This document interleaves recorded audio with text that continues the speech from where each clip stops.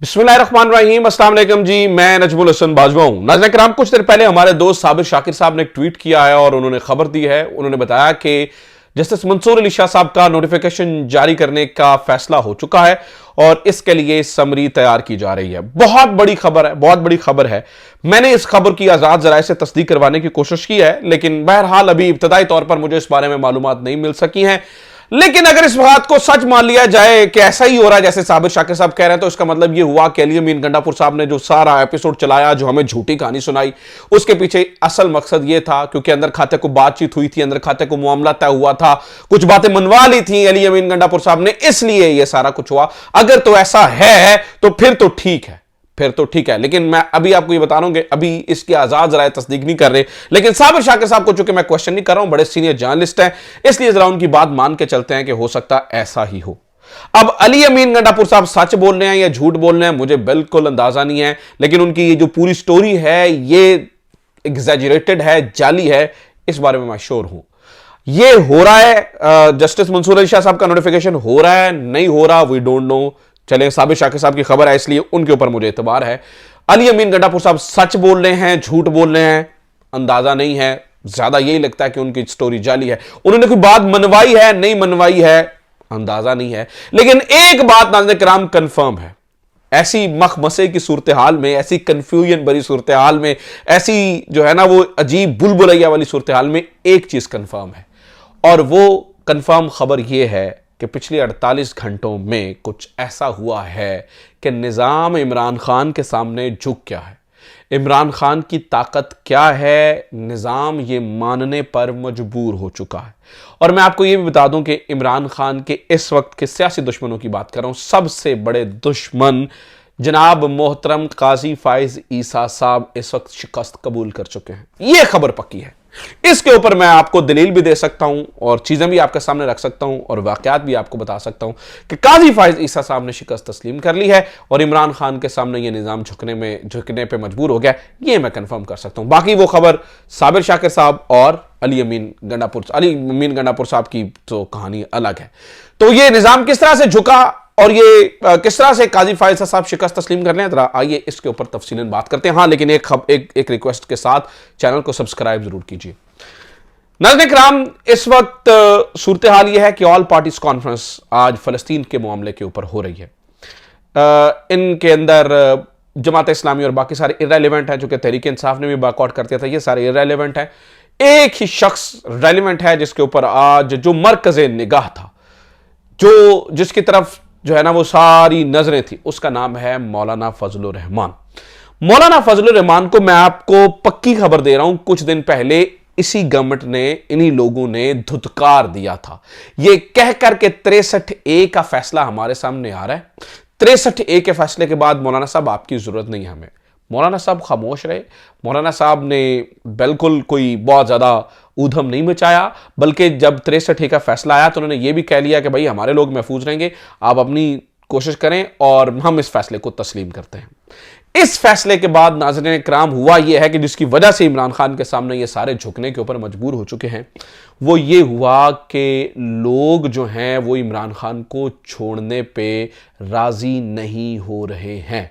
जितने भी MNAs हैं वो डट चुके हैं। MNAs इमरान खान को छोड़ के नहीं जा रहे हैं। वो जो एक जहन के अंदर इन्होंने खाका बनाया हुआ था कि यूं 63A का फैसला आएगा, यूं हम 10-12 बंदे कैप्चर करेंगे और यूं हम जो है ना वो उनसे 2 तिहाई अक्सरियत पूरी करवा के तरमीम करवा लेंगे, नाज़रीन किराम ऐसा नहीं हो रहा है।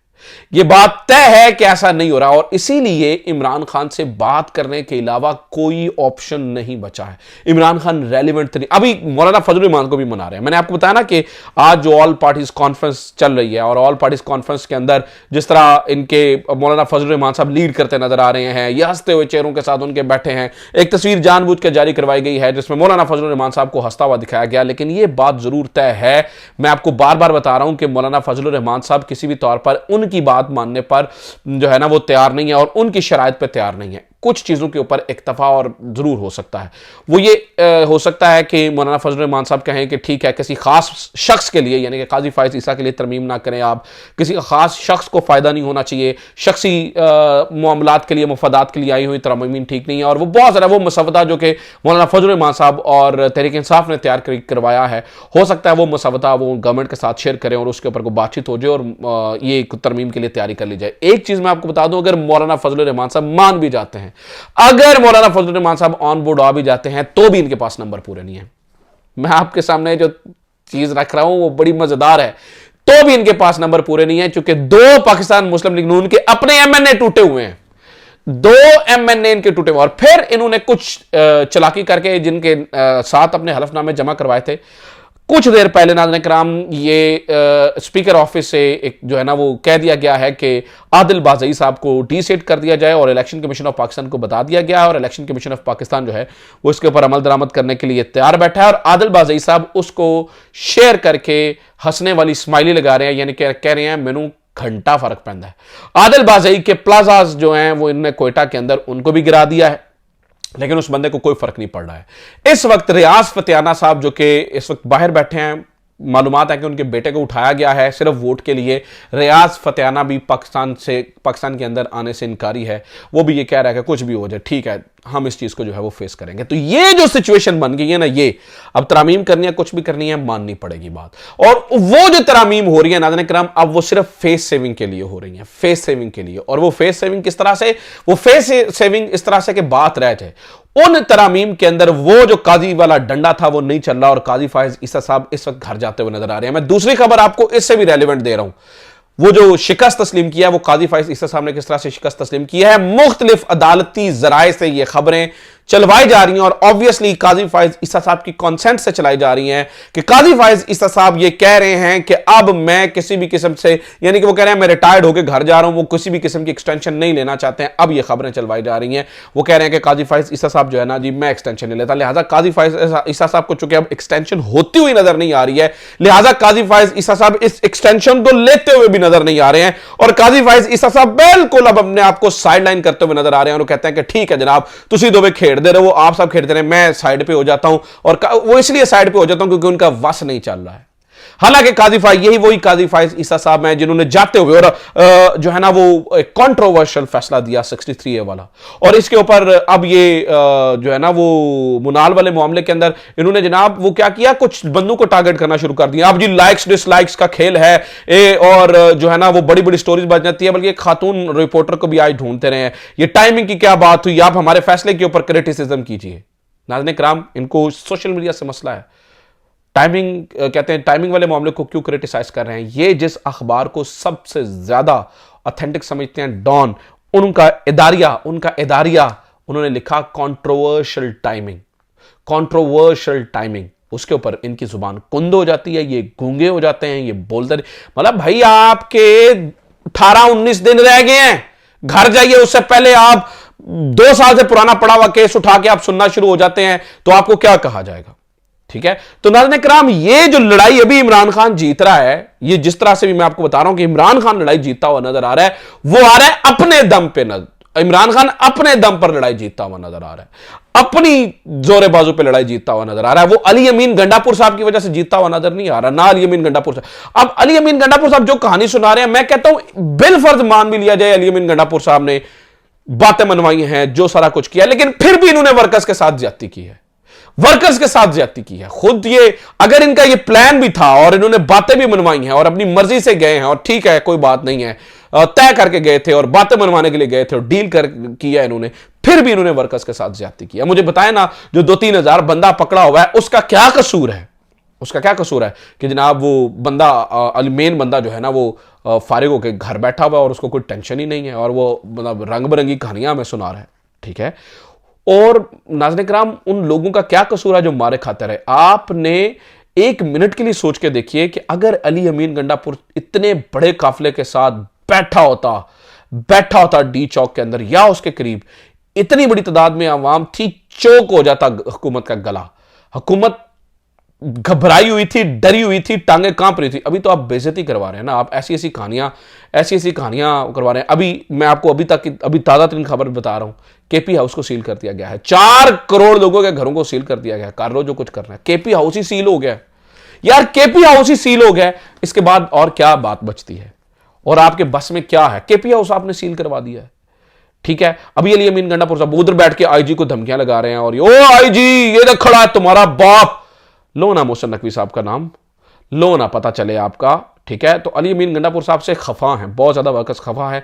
बेशक इन्होंने बातचीत भी की है। इमरान खान अगर जीत रहा है तो अपने दम पे जीत रहा है, अली अमीन गंडापुर सिर के सिर पे नहीं जीत रहा, क्योंकि आपने लीडरलेस कर दिया काफिले को। और फिर मैं आपको बताऊं, आपने एक मौका दिया दूसरों को आप पे तनकीद करने का, और मौका दिया। अब मैं रऊफ क्लासरा की बात करता हूं, रऊफ क्लासरा जैसे बंदे, ठीक है, मैं रऊफ क्लासरा की तो खास तौर में मैं बड़ी इज्जत करता रहा हूं, बड़ी इज्जत की है मैंने इस शख्स की। लेकिन ये प्रोपेगेंडा का पूरा एक टूल है, मतलब पूरे के पूरा जहां पर इस्तेमाल होना होता है ना, वहां पे पूरा इस्तेमाल होते हैं रऊफ क्लासरा साहब। रऊफ क्लासरा साहब ने कहा जी आप अली अमीन गंडापुर साहब को, अब जरा देखिए, जरा साजिशी थेरियां देखिए जरा, ठीक है जनाब। वो कहते हैं जी आप अली अमीन गंडापुर साहब पे एवं नाराज हो रहे हैं। अली अमीन गंडापुर तो इमरान खान की मर्जी से गया था, इमरान खान की मर्जी से वो निकला था और इमरान खान की मर्जी से गायब हुआ था। प्लान ये था कि इमरान खान और गंडापुर का प्लान ये था कि ये लोगों को यहाँ पर लेके आते, लेकर अली अमीन गंडापुर गायब हो जाता। जब गायब हो जाता तो फोर्सेस के ऊपर इल्ज़ाम आता और अली अमीन गंडापुर साहब यहाँ पर होता ना, लोग मुश्तिल हो जाते, मुश्तिल होकर जनाब वो चीज़ें तोड़ना शुरू कर देते और आग बगुला हो जाते, और इमरान खान को बुलाया जाता और इमरान खान से कहा जाता कि भैया आपसे डील करने के लिए तैयार हैं। नाज़रीन करम, इससे बड़ी स्टुपिडिटी और मैं क्या कहूँ। अली अमीन गंडापुर साहब मतलब क्या लिख रहे हैं मुझे समझ नहीं आ रही है। एक ऐसा बंदा जिसकी मैं इतनी इज्जत करता हूँ और क्या लिख रहा है, लेकिन ये लिखने की किसने दी? देखे ना, अब रऊफ क्लासरा साहब तनकीद नहीं करेंगे एजाज सैयद पे या उन लोगों के ऊपर जिन्होंने ये खबर दी कि वो मारगला मैस में है, उसके ऊपर इनकी जुबानें कुंद हो जाएंगी, कानों में सीसा पड़ जाएगा, ठीक है, कानों में सीसा पड़ जाएगा, नहीं बताएंगे। लेकिन खैर प्रोपेगेंडा का टूल बन जाएंगे, प्रोपेगेंडा का टूल बन जाएंगे और वो करी जाएंगे। लेकिन मैं कहता हूं अली अमीन गंडापुर साहब ने बजाते खुद इजाजत थी इस चीज की। सबसे पहले इनका केपी के हाउस जाना समझ से बालातर है। केपी के हाउस, मुझे लगता है ना ये प्रॉपर एक पूरा प्लान के तहत सब कुछ हुआ है। केपी के हाउस क्यों गए आप? सब कुछ आपने आम वर्कर उधर मरने के लिए छोड़ा है।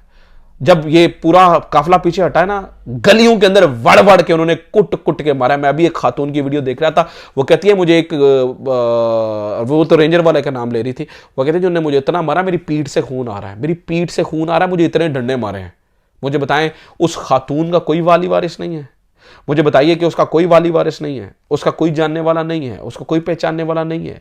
ये सब कुछ नाज़रीन किराम इस वक्त जो कुछ हो रहा है ये अली अमीन गंडापुर साहब की गलती की वजह से हो रहा है या उनकी झूठी स्टोरी की वजह से हो रहा है, ये मान जाए, ठीक है। और मैं बताऊं पिछले 2-3 दिन से बहुत सारे लोग एक्सपोज हुए हैं। ढूंढिए उन लोगों को, ढूंढिए, मैं तो कहता हूं ढूंढिए उन लोगों को जो इस साजिश में हिस्सा बने, जिन्होंने ये कहानियां सुनाई, बेशक अली अमीन गंडापुर के जाने की, और फिर ये सारी जो इस शामिल रहा, बेशक किस साइड पे है, बेशक हमारी कम्युनिटी से कोई है, देखिए ढूंढिए और फैसला कीजिए।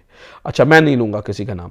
अच्छा जनाब, अभी all parties conference, Imran Khan PTI ने जो है इसका बायकॉट कर दिया और ऑल पार्टीज कॉन्फ्रेंस के अंदर ये जमातें बैठी सर जोड़कर, और उसके बाद फ़लस्तीन से तो क्या यकजहती करनी थी, अपनी यकजहती के लिए बैठ गए, हंस के बैठ कर जो है ना वहाँ पर गुफ्तगू हो रही है, और ऑब्वियसली वहाँ पर जो है ना वो गुफ्तगू इसी बारे में, तरमीम के बारे में होगी और किसी चीज़ के बारे में नहीं होगी। अच्छा मैं आपको ये भी बात बता दूं नाज़रीन किराम, उज़मा खान और जो अलीमा खान है उनके एक रोज़ा जिस्मानी रिमांड को मंजूर कर लिया गया है, और वो भी जो जुल्म सितम है उसके खिलाफ डटी हुई हैं। आज वकला कन्वेंशन हुआ और बड़ा शानदार वकला कन्वेंशन हुआ। इसके अंदर हामिद खान साहब को, बड़े लंबे, बड़ा नरम को इंसान है हामिद खान साहब, लेकिन हामिद खान साहब को मैंने बड़ा ही आज दलेराना गुफ्तगू करते हुए देखा। उन्होंने कहा यार ये क्या है, ये जो है काजी, ये काजी कहलवाने के लायक नहीं है, मैं इसके लिए खड़ा हुआ। इसके ऊपर भी वैसे रऊफ क्लासरा ने पूरी एक साजिशी थ्योरी दे रखी है कि इमरान खान चाहता है कि हामिद खान जो है वो काजी फैज़ ईसा से जो लेकर दे, फेवर लेकर दे, इसलिए फेवर नहीं मिल रही, इसलिए काजी चुके, काजी हक पे फैसले कर रहा है। पूरा एक प्रोपेगेंडा का टूल बने हुए हैं, प्रॉपर एक प्रोपेगेंडा का टूल बने हुए हैं, और फिर ये बातें करते हैं अरशद शरीफ की और उसकी, ठीक है जनाब। तो ये मामला है। अच्छा जनाब, एक और बड़ी मजेदार और इंटरेस्टिंग चीज़ मैं आपको बताऊं, ये बड़ा इंटरेस्टिंग हो रहा है। ये जो गंडापुर साहब भागे हैं ना, ये सारा का सारा उस वजह से है। बहुत ज़्यादा वीडियोस जो लोग गिरफ्तार किए गए हैं तहरीक इंसाफ की, उनकी वीडियोस बन रही हैं, हिरासत के अंदर वीडियोस बन रही हैं जिसमें उनको हथकड़ियाँ लगी हुई हैं और वो गुफ्तगू करते हुए देख रहे हैं। मतलब ये ऐसा स्क्रिप्टेड प्लान चल रहा है, इस पार्टी पे लानत हो और ये, और कुछ लोग आके कह रहे हैं देखें अली अमीन गंडापुर साहब ने हमें पेट्रोल दिया था कि आग शाग लगा दो। यार किस दौर में रह रहे हो भाई, 80s का दौर नहीं है। लोग बड़े सियाणे हैं, लोगों को पता है कौन वीडियो बनवा रहा है, लोगों को पता है कि उस वीडियो को बनवाने का क्या मकसद है, लेकिन फिर भी किसी को कुछ समझ नहीं आती और कोई बात समझने के लिए तैयार नहीं है। एक अकेला इमरान खान अपने जोरे बाजू पे जीत रहा है, एक अकेला इमरान खान। जो लोग MNAs टूटे नहीं हैं, इस वजह से इमरान खान जो है वो इस वक्त मजीद मजबूत हुआ है। बाकी अली अमीन गंडापुर साहब और ये पूरी, उनने कोई कसर छोड़ी नहीं है। अपना ख्याल रखिए, खुदा हाफिज़, पाकिस्तान जिंदाबाद।